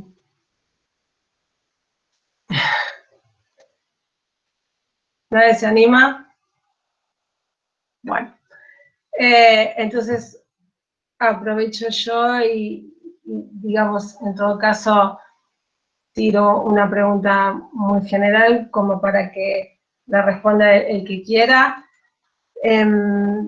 Claramente de las 4 exposiciones surge un panorama un poco complejo para nuestra región, que como ya muchos de ustedes mencionaron, ya venía con graves deficiencias, con problemas estructurales profundos, y lo único que hace la pandemia es, digamos, hacerlos más manifiestos aún si se puede. La CEPAL estaba mostrando unas proyecciones realmente bastante críticas en cuanto al incremento de la pobreza extrema, es decir, que estamos volviendo nuevamente a algunos temas que no digo que se hubieran superado, ni mucho menos, pero, digamos, estamos, como la CEPAL, como el FMI dijo, frente a la posibilidad de una década perdida, ¿no? Y también creo que los 4 remarcaron el papel que tiene el regionalismo, ¿no? Lo que podría tener la cooperación, el multilateralismo y el regionalismo en nuestra querida América Latina. ¿Cómo se hace para volver, no sé, si para, ya creo que rescatar el regionalismo poshegemónico, posliberal, difícil? Ahí hay una pregunta, bueno, termino de hacer la mía y ya tomamos la pregunta que apareció en el chat. Digo, ¿cómo se hace? Porque todavía tenemos Bolsonaro hasta, ¿cuándo, Gis? ¿Hasta el 2022? Sí, tenemos Bolsonaro hasta el 2022, Venezuela no tiene ni, digamos, apariencia de que se pueda resolver. De hecho es un conflicto que está generando una enorme cantidad de refugiados. Digo, entonces, Brasil totalmente desentendido en la región, una situación en Venezuela que polariza las posiciones, México que no se sabe muy bien qué rol quiere jugar, no sé si lo tienen claro o no, ellos mismos. América Latina tironeada entre Estados Unidos, que va a pasar a estar en manos de Biden, que podría generar alguna esperanza, y por otro lado, tironeada por el otro polo ascendente, por China. ¿Qué posibilidades hay de que realmente el regionalismo en América Latina vuelva a ejercer algún papel importante? Porque, digamos, en la pandemia absolutamente ninguna respuesta regional, absolutamente ninguna. Con lo cual, porque nos encontramos con una sur desmantelada, CELAC absolutamente fragmentada y debilitada, etcétera, Mercosur en cualquier cosa. Digo, ¿qué hacemos? ¿Cómo se hace? ¿Alguna tiene alguna idea? ¿Qué se puede esperar? ¿Quién tiene ganas de responder? ¿Susane? Bueno, de acuerdo. Además a todo esto no voy a responder, ¿eh? Estas son muchas preguntas. Pero pues, quizá alguna idea, además el regionalismo latinoamericano lo conocen mejor los otros ponentes que Isaac y yo. En todo caso, bueno, empiezo quizá por la pregunta que me ha hecho Lisbeth, Lisette, Ah, ¿no? ok, sí. Sí, que era sobre las cumbres y lo enlazo con el regionalismo, ¿no? Porque no ha habido una cumbre Unión Europea, América Latina y el Caribe. Yo creo que eso es el coste del interregionalismo que promueve tanto la Unión Europea, en el sentido de que espera que haya una contraparte, un CELAC, ¿no? Una CELAC, una comunidad de estados latinoamericanos y del Caribe que está desarticulado también. Y entonces, resultado, como no hay esto, pues no tenemos cumbre, un poco, ¿no? Estoy haciéndolo blanco y negro, pero... Y también las fragmentaciones que hemos tenido tanto en la Unión Europea como en América Latina sobre Venezuela, ¿no? Sobre esta cuestión de no hemos tenido un consenso, ¿no? Invitarlo, no invitarlo, qué hacer con Guaidó, que, bueno, esta cuestión también, ¿no? Complicó toda, tanto la agenda Unión Europea-América Latina como la agenda interna intra-latinoamericana, ¿no? En la CELAC, en UNASUR, ¿no? Que hemos tenido dos ejes ideológicos y, bueno, ustedes lo conocen mejor que yo, y esto hizo que la UNASUR desapareció, ¿no? Que fue el gran proyecto de Brasil. ¿No? Y allí también, volviendo a mi cosa del regionalismo hegemónico, ¿no? Eso fue el intento de Brasil quizá de hacer algo así, ¿no? Junto con, no sé, con Venezuela o con Argentina, con distintas alianzas, ¿no? Y quizá, bueno, como somos hoy muy realistas todos, parece, ¿no? La cuestión del liderazgo, ¿no? ¿Quién lidera en el regionalismo? ¿Quién es el motor impulsor? Si nadie lo fomenta, pues, ¿no? No puede existir, ¿no? Quizá a nivel de sociedades hay mucho más interdependencias, ¿no? Eso lo tenemos en el caso, por ejemplo, del TLCAN, ¿no? Que ahora se llama TMEC, pero bueno, en este acuerdo, ¿no? Tenemos muchas interdependencias muy asimétricas, pero no tenemos un regionalismo, ¿no? En el fondo, ¿no? Y en ese sentido, en América Latina nos ha dado lo más cercano a esto, ¿no? De este realismo, ¿no? Interpretado el regionalismo, sería Brasil y su proyecto UNASUR, ALCAS, ya en los años 90, ¿no? Y también dentro del Mercosur, como Brasil se ha retirado, ¿no? Esto lo ha dicho muy bien Gisela, ¿no? No hay, ¿no? Argentina solo no puede ahí asumir este papel, ¿no? Pero yo creo que no es tanto quizás así, ¿no? Habría que ver también un mundo más, lo que no hemos hablado nada, no lo voy a hacer, pero también las multinacionales, ¿no? No depende de los estados, estamos en manos de las multinacionales. Y esto la cuestión de la vacuna, la próxima vacuna depende de la capacidad del Estado de comprar a no sé quién, ¿no? Pero también, bueno, la bolsa, todo lo que pasó a nivel político, el optimismo, dependía de si alguien desarrolla la vacuna, tanto de los científicos como sobre todo de las multinacionales, ¿no? Que determinan la agenda, que pueden cambiar hasta el gobierno. Bueno, yo creo que esto es un factor que no hemos tenido muy en cuenta, ¿no? El regionalismo latinoamericano, ¿cómo fortalecerlo? Yo creo que, bueno, la OEA ha sido también la gran organización, es una organización internacional, no es como la CELAC que no tiene ni página web, ¿no?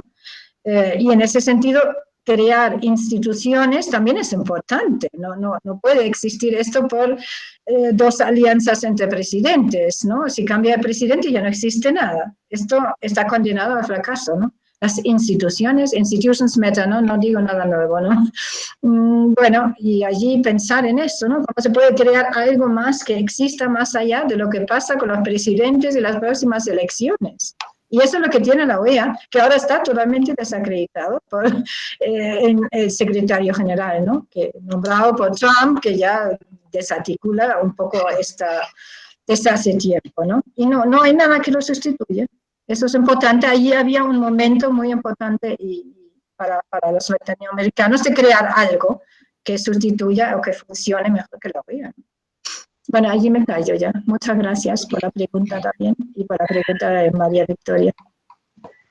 En realidad vos al final también te sacando, Susana, muchos más temas. Abriste, está bueno porque hay que seguir pensando un montón de temas, ¿no?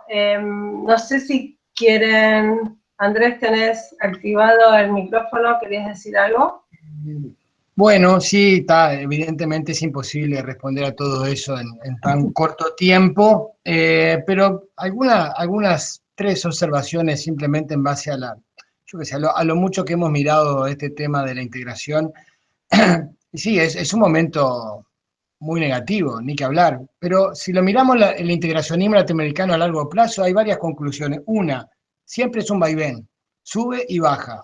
Este no es el peor momento, peor que se ha vivido. Ha habido otros momentos muy, muy de bajón en la integración latinoamericana, pero siempre vuelve. Esa es una de las particularidades de la integración latinoamericana. Y es lo que yo me he dedicado a analizar los últimos años. ¿Por qué los latinoamericanos siempre retornan a la idea integracionista? Entonces, esto nos da el segundo punto. Hay un acervo integracionista latinoamericano. Vale decir, cuando hay fuerzas donde predomina la idea de la integración, porque esto es parte de los vaivenes, hay una caja de herramientas que usan. Y curiosamente la integración muchas veces que retorna de periodos nefastos, retorna a niveles superiores. Ahí tenemos el ALALC, Mercosur, UNASUR, en fin, una serie de iniciativas que hubieran sido impensables tiempo anterior. Ahora, esto va a volver. Fíjense en el discurso de Arce en la suma de mando en Bolivia, ya está hablando de retomar UNASUR. UNASUR no está liquidada, ni siquiera jurídicamente, y puede haber un cambio de gobierno en Brasil pronto que cambien los ejes rápidamente. Entonces, lo que hay que pensar es, ¿qué tipo de integración se quiere para el próximo impulso integracionista? Y aquí insisto en el tema papel del Estado. El Estado no está liquidado, no es la gobernancia de los 90, quizá hay un punto que tendríamos que seguir conversando con Susane. Creo que China ha reimpulsado el tema de la centralización, no solo del Estado, les voy a decir, la planificación. Los desafíos en este mundo son más grandes que en la pandemia. Susane tocó el tema ecológico. El tema del recambio ecológico en el mundo es enorme. Requiere planificación, requiere Estado, y requiere Estado en mayores magnitudes que las que estamos viendo. Me quedo ahí. Este es un punto muy importante.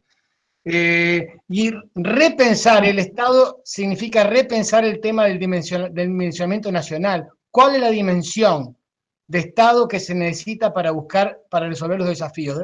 Seguramente en muchos casos, sobre todo en el caso de los pequeños, no es la actual dimensión nacional, porque Argentina solo no puede con nada de esto. Ni Brasil, ni Alemania. Son demasiado grandes los desafíos. Y ahí pienso que no hay que descartar ninguna herramienta en la caja de herramientas regionalistas que hay en América Latina. Ni la OEA, ni la UNASUR, ni el LAC, ninguna. Es muy posible que haya que buscar sinergias en todas. Vamos a ver qué se trae Biden en la próxima vuelta de la administración de Estados Unidos. Yo creo que Estados Unidos muy posiblemente retorne con una iniciativa americana continental, porque necesitan América para enfrentar la creciente influencia de China en el continente. Vamos a ver qué pasa en ese sentido. Me quedo ahí. Bueno, gracias Andrés. Camilo o Gisela, ¿quieren agregar algo? Si no, tenemos una pregunta, la última pregunta para Gisela. No sé, Camilo. Bueno, yo le dejo la última pregunta a Gisela para que la vaya bichando. Una reacción nomás. Si tuviera la mitad de media respuesta a alguna de las preguntas, la escribiría y creo que me iría bien. Sí, sería exitoso en eso. Si tuviera la respuesta, no la tengo. De vuelta, pensando en clave histórica, ¿no? O sea, con el chip con el que vine hoy. Europa fue exitosa en la integración porque partió de una integración en la que estaba absolutamente destruida. Y porque parte de la acción alemana fue que Alemania asumió un papel luego de todo ese proceso. Mi sensación es que después de todo este ciclo vamos a quedar bastante complicados en América Latina, con bastantes impactos negativos. En América Latina va a volver a vivir en términos cíclicos. Andrés seguramente tendrá una mirada con mucho más perspectiva, pero me da la impresión de que va a ser un ciclo muy jorobado en términos de resultados para América Latina. En términos de democracia, tenemos impactos feos en varios países, en términos económicos, en términos sociales, espacio como para pensar me escucho abajo y me termino de... me parece que ahí hay Me parece que tenés el mic encendido. Perdón. Me parece que ahí tenemos como una oportunidad, ¿no? Desde el punto de vista de que la región va a quedar complicada en este ciclo, ¿no? Y pero tiendo a pensar de que es un problema de liderazgo, no sé si de liderazgo, pero sí de cómo los actores se entienden, ¿no? O sea, parte de la endebleza de los problemas de la integración europea es la relación de Gran Bretaña con Europa en general, ¿no? O sea, 2 días antes del desembarco de Normandía, Churchill y de Gaulle tomaban un cafecito en un vagón de tren y Churchill le decía a de Gaulle después de una pelea: cada vez que nosotros tengamos que optar entre Europa y el mar abierto, usted no tenga duda que vamos a optar por el mar abierto, ¿no? Y me parece que el gran problema es nuestra capacidad de agencia en términos de cuánto queremos la patria grande y la patria chica, y la diferencia entre la América lusitana y la América hispana, y cómo se coordinan esos procesos. O sea, me parece que el asunto es un tema identitario, un tema de construcción, de agencia colectiva, de actores colectivos, más allá de instituciones. O sea, yo creo que no solamente las instituciones generan eso, sino ahí hay una endebleza. Creo que hay una oportunidad en términos que vamos a salir de esta coyuntura muy golpeados y con oportunidades para salidas colectivas, pero con una tensión entre lo nacional y lo regional muy grande, con actores que no necesariamente se sienten parte. Si uno ve algunos trabajos sobre opinión pública y política exterior, por ejemplo, que han hecho desde el Instituto de Relaciones Internacionales de la Universidad de San Pablo, uno ve esta opción sobre sobre qué poco apego tienen los brasileños sobre la región. Y les invito a ver también los trabajos sobre opinión pública que ha hecho María Victoria, que pueden encontrar en la London, que también están muy buenos. Así que con eso me quedo por ahí. Que tiene que ver con el apoyo a la democracia, a las instituciones, y a cómo, no solamente cómo nos vemos y cómo nos importa el espacio regional, sino también cómo pensamos que las cosas funcionan. Bien, sí, coincido.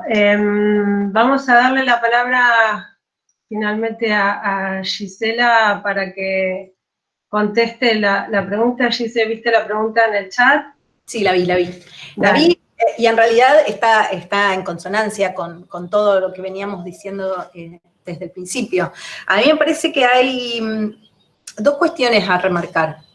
La primera es la convergencia ideológica, comercial, económica, la convergencia de todo tipo.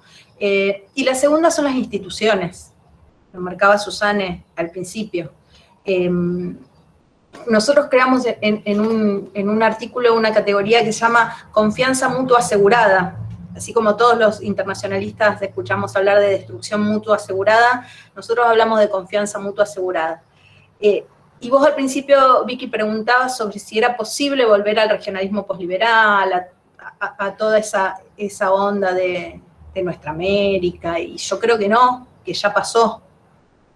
Pero, no obstante, creo que toda esa oleada nos dejó algunas instituciones que, aunque es cierto, no son tan fuertes como las de la Unión Europea, que aunque es cierto, no implican supranacionalidad, porque ya sabemos que Brasil es muy reticente a eso, no es menos cierto que es más difícil para países con sistemas democráticos, aunque algunos estén tirando para la derecha, salirse de eso. Entonces me parece que un sistema institucional fuerte, fortalecido, es lo que puede dar más confianza mutua asegurada, independientemente de quién venga después o de quién presida después. A mí me parece que Bolsonaro es un contrapeso enorme a la construcción de un sistema regional post-pandemia. Yo diría que va a haber un sistema regional post-Bolsonaro más que post-pandemia. Me parece que la pandemia va a terminar, vamos a salir muy, muy golpeados, como decía Camilo, y que cada uno más o menos va a tratar de salir como pueda, pero cuando la cosa se acomode, quizás haya un recambio presidencial en Brasil al mismo momento, que aunque nos deje un bolsonarismo sin Bolsonaro, va a ser más difícil salirse de la situación. Digamos, una persona con un relato, con un discurso tan de derecha como Bolsonaro, y ahora sin el apoyo de Trump, me parece que va a ser más difícil de encontrar en Brasil. Entonces, necesariamente cualquier discurso que venga, aunque sea de la derecha, va a ser menos de derecha.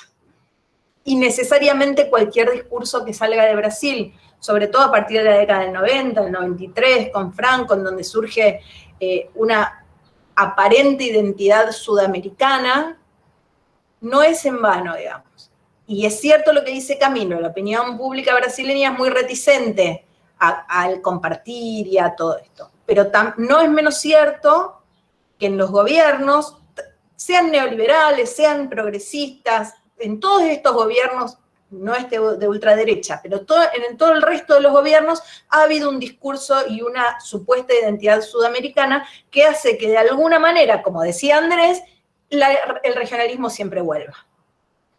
Y también estoy de acuerdo con que vuelve fortalecido, digamos. La LAD volvió con la LADI, que era mejor, la LADI vuelve con el Mercosur, que era mejor, el Mercosur se amplió al UNASUR, que era mejor, el UNASUR se amplió a CELAC, que era mejor. Lo que tenemos que hacer es fortalecerlo con instituciones, para que no sea tan fácil irse. Entonces, me parece que el objetivo es mantener lo que hay hasta que se vaya Bolsonaro, que es el contrapeso. Y después vemos cómo hacemos. Con Bolsonaro no creo que sea posible construir demasiado a nivel regional.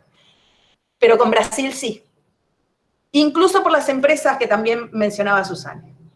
Brasil tiene empresas muy importantes, tiene industriales muy importantes, y digamos, en los últimos años, el peso comercial que tiene el Mercosur para Brasil, sobre todo en sus productos industriales, a pesar de la reprimarización que sufre, es importante.